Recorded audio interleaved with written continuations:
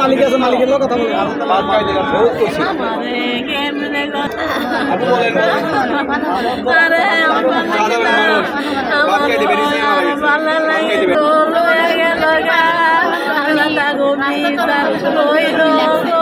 চাকরি করে, চাকরি করে খিদা লাগছে, হোটেল আসবো, খাইবো, খাওয়া দাওয়া করে যাইতে হলে গুলি খাইছে।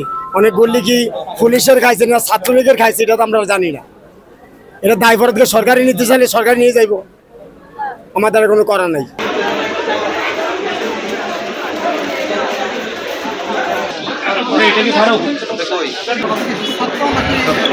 দুপুরবেলা ভাত খাইতে বাইরে হয়েছে, ভাত খাই হোটেল থেকে আবার ওয়ার্কশপে যাইতেছে, এই সময় গুলিতে পড়ে গেছে।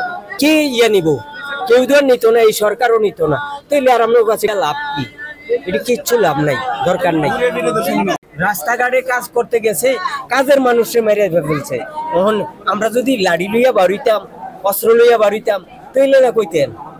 আমরা তো আর এটার মধ্যে নাই, কর্ম করে ভাত খাইব, কর্মের মধ্যে মেরে ফেলছে, তাইলে এটা কি কথা হইলো?